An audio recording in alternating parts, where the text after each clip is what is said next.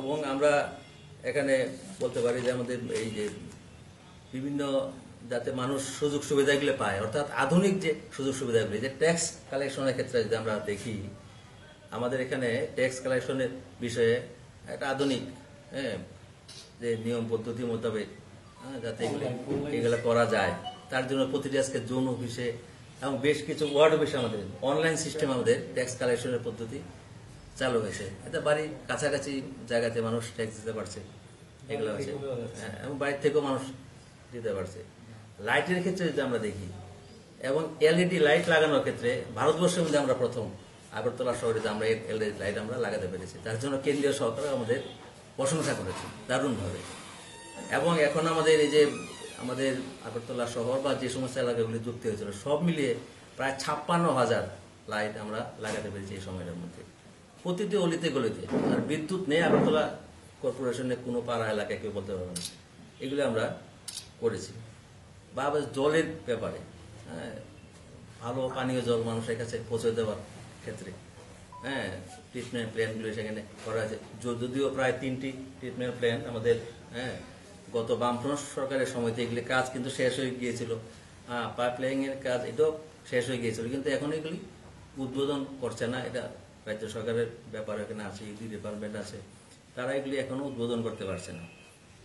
বা আমাদের যে সায়েন্স সিটি, এটা আমাদের আগরতলা মিউনিসিপ্যালিটি এলাকার মধ্যে পড়েছে।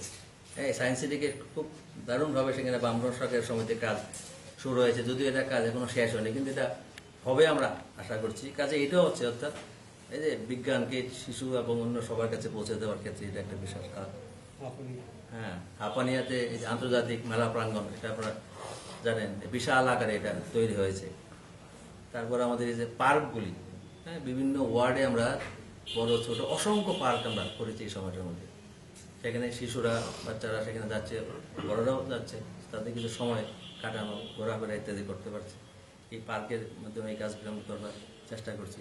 আমাদের বিভিন্ন যে ওয়ার্ড অফিসগুলি, আগে একটা সময় আমাদের খুব সমস্যা হতো, বা অধিকাংশ আমাদের ওয়ার্ড অফিসগুলি পাকা বাড়িতে আমরা তৈরি করতে পেরেছি। অল্প কিছু ওয়ার্ড অফিস আছে যেগুলি হয়তো এখনো ভাড়া বাড়িতে আছে। আমার জায়গা টাকা এগুলি ঠিক হয়ে আছে, আগামী দিনে এগুলি করার জন্য এগুলি আমরা করতে পেরেছি।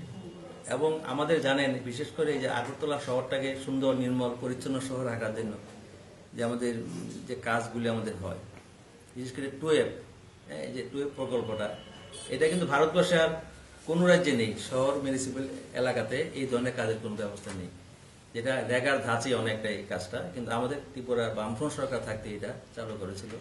এই টুয়েবের মাধ্যমে শহর নগর আমাদের বিভিন্ন এলাকাগুলি, পাড়া গলি ইত্যাদি পরিষ্কার রাখার ক্ষেত্রে সেই কাজগুলি আমরা করেছি এই সময়ের মধ্যে। এবং এটাও সারা দেশের ক্ষেত্রে টুয়েব প্রকল্প দারুণ সারা জায়গাতে পেরেছে, এবং আমাদের এখানে আমরা বলতেই পারি এটা আমরা করতে পেরেছি।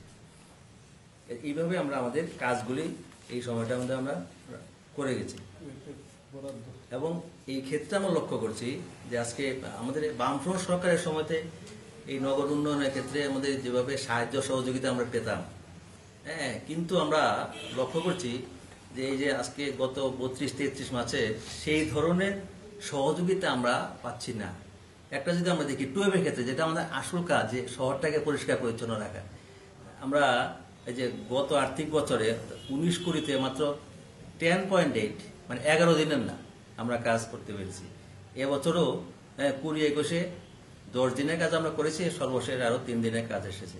কিন্তু আমরা দেখেছি 16, 17, 17, 18, কোনো সময় আমরা 55 দিন, কোনো সময় আমরা পেয়েছি 56 দিনের কাজ। এভাবে কিন্তু 50-এর উপর আমরা কাজ পেয়েছি বামফ্রন্ট সরকার থাকার সময়। কিন্তু এখন আমরা এই 10 দিন 12 দিনের বেশি কাজ আমরা করাতে পারছি না এই সময়টার মধ্যে। কাজে এতে বোঝা যাচ্ছে যে আসলে এই যে শহরটাকে যেভাবে আমরা চাইছিলাম, ইচ্ছা থাকলেও আসলে রাজ্য সরকারের দিক থেকে সেভাবে সাহায্য সহযোগিতা না পাওয়ার কারণে সেই কাজগুলি সেভাবে কিন্তু আমরা এখন করতে পারছি না। এছাড়াও বিভিন্ন আমাদের যে উন্নয়নমূলক কাজের ক্ষেত্রে বিভিন্ন কিছু আমরা চেষ্টা করেছি যে রাজ্য সরকারের সহযোগিতা না করা, কিন্তু যেটুকু পাওয়ার সেটুকু আমরা পাইনি। বামফ্রন্ট সরকারের সময়তে আমরা দেখতাম যে সেখানে আমাদের রাজ্যের মুখ্যমন্ত্রী বা আমাদের নগরোন্নয়ন মন্ত্রী বছরে কয়েকটা মিটিং আমাদের নিয়ে কিন্তু করত, কিন্তু সরকার পরিবর্তন হওয়ার পর এখন পর্যন্ত কোনো মিটিং আমরা করতে পারলাম না আমাদের, কারণ মাননীয় মুখ্যমন্ত্রী উনি নগরোন্নয়ন মন্ত্রীও, কাজে কোনো আমরা কিন্তু মিটিংয়ে বসে, আমাদের এমআইসি মিটিংয়ে বসে প্রস্তাব আমরা পাঠিয়েছি যে আমরা মুখ্যমন্ত্রীর সাথে আমরা কথা বলতে চাই আমাদের এই মিউনিসিপ্যাল কর্পোরেশনের সামগ্রিক উন্নয়ন ডেভেলপমেন্ট ইত্যাদি নিয়ে, কিন্তু কোনো চিঠির উত্তর বা ওনার সাথে দেখা করার কোনো এই সময়টার মধ্যে 32 মাসে হলো না আমাদের। এটা একটা বিষয় আমাদের কাজে, এই বিষয়গুলো আমাদের সামনে আছে। এছাড়া আমরা যে কথাটা আমরা